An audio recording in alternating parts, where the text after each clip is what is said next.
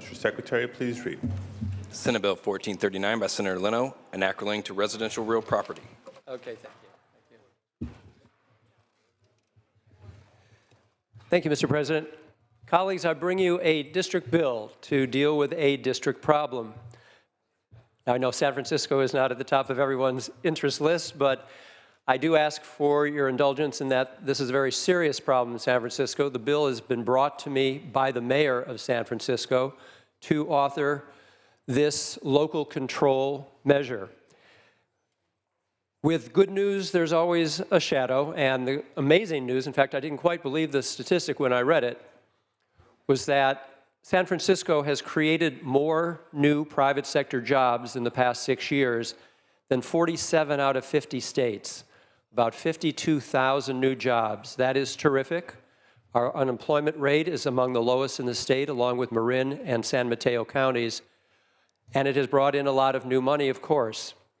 What that has done, though, the unintended consequence is very serious pressure on San Francisco's housing stock and, of course, then great pressure on those who are trying to go to work, raise their family, keep their families intact, and stay in their homes as the pressure on housing and housing costs continues to rise. I don't know how this figure compares with most of your counties, but 65% of those in the county of San Francisco rent. 65%. That's a higher number than any other county in the country. In fact, Manhattan's rental rate is only 50% of its population. So the concern here is that a state law that was created by this legislature back in 1985 is being abused, and that law is the Ellis Act. Just a little historical perspective here. The Ellis Act was created in 1985 as a result of a 1984 California Supreme Court decision. That decision ruled that landlords do not have a statutory right to evict all tenants for the purpose of going out of the business of being a landlord. The court ruled that, like any other business, the landlord can sell the property. In response to that, the legislature created that statutory right. It's known as the Ellis Act. And it has done its job, giving landlords a right to go out of the business of being a landlord by evicting all tenants. Only recently have we seen that it is being, and I use the word abused selectively, because it's not being abused by landlords. It's being abused by speculators. It's being abused by those who have owned their property for very few years. And I would define the difference between a landlord and a speculator as such. A landlord's business, I think we would all agree, is 100% occupancy. A speculator's business is 100% vacancy. Buying a property with the business plan and the intent of evicting people from their homes. And I just want to really put a light on the human aspect of this. We're talking about no-cause evictions. We're talking about good tenants who go to work every day, pay their rent on time, they're good tenants, they're good neighbors, they're good citizens, and they come home one day to find they've been told they must vacate their home. They have to pick up their family, includes children, may include aging parents. A very high-profile case in San Francisco last year was an 85-year-old couple who was caring for their 57-year-old disabled child. And these are in rent-controlled units. Now, you all don't have rent control in your districts, but in San Francisco, our rent-controlled housing stock is our most valuable affordable housing stock. So every time a speculator purchases a property and then evicts all the tenants, the purpose of course, to make a quick profit by subdividing that building and selling the units as tenancies in common or cooperatives, San Francisco loses part of its affordable housing stock. We talk a lot about how are we going to build more affordable housing in the state of California. But first of all, we have to stop the bleeding of losing affordable housing stock for no public benefit whatsoever, only the benefit of a speculator's pocket.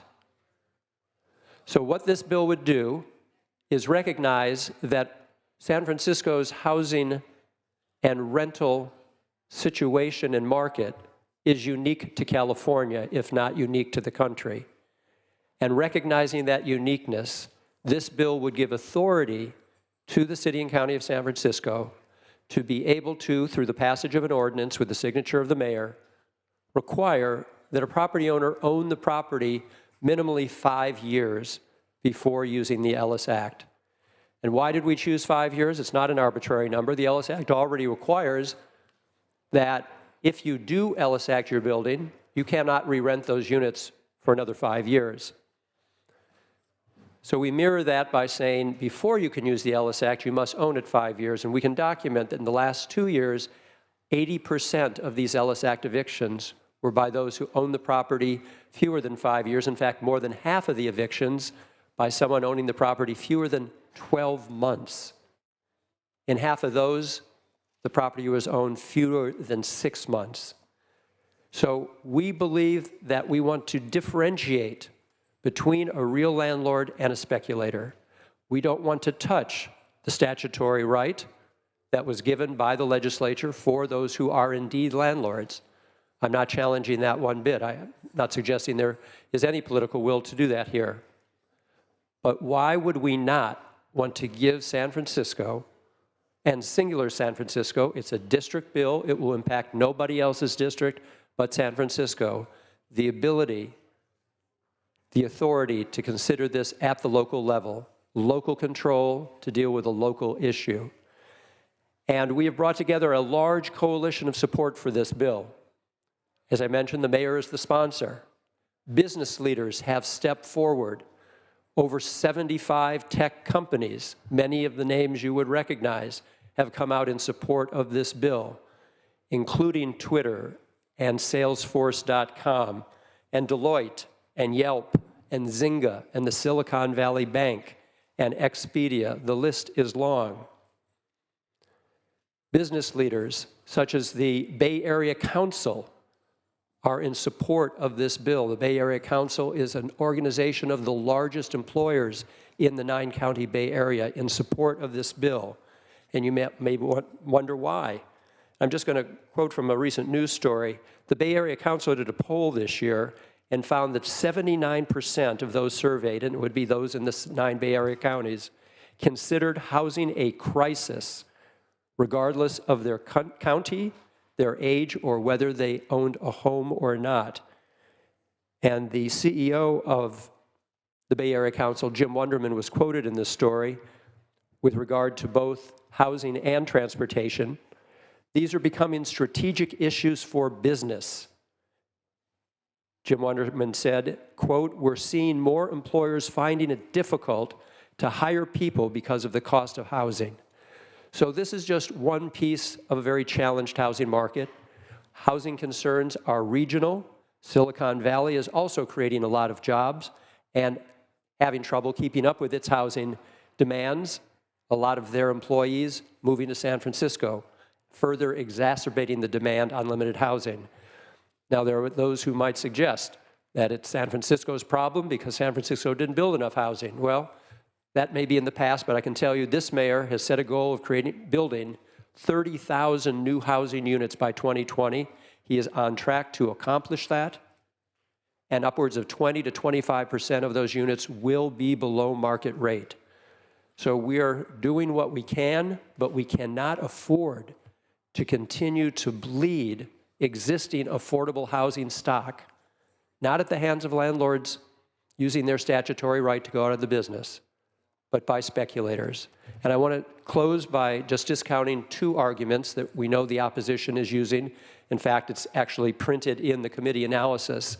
One of the opponents said that this bill would deny a property owner the right to evict tenants or even sell their property. It's in print. I'm not making this up. This bill has absolutely nothing to do with the right of a person to sell his or her property. Of course, that will remain intact, but it didn't deny the opposition the desire and the fact of using that false argument. Additionally, they say that this would prevent, without the Ellis Act statutory right, a property owner to even move into his own property or her own property, to move his or her own relatives in. Absolutely false. There is a owner move-in eviction allowance in all the cities that have rent control. That means you buy a property and you want to move in, you can evict someone. And once you are in your own building, you can move in your spouse, your child, your grandparent, your entire family. That is owner move-in eviction allowance. So they're false arguments. It's a district bill. It gives local control for a local, not only problem, but crisis. And I would ask that you be sensitive to the fact that our neighborhoods are changing with Ellis, every building that is Ellis acted. We're trying to stabilize the situation in San Francisco as we continue to create more jobs, which creates an economic engine for the entire state of California. San Francisco fails, the state will feel it significantly. So I ask for your appreciation of these facts and your consideration of an aye vote.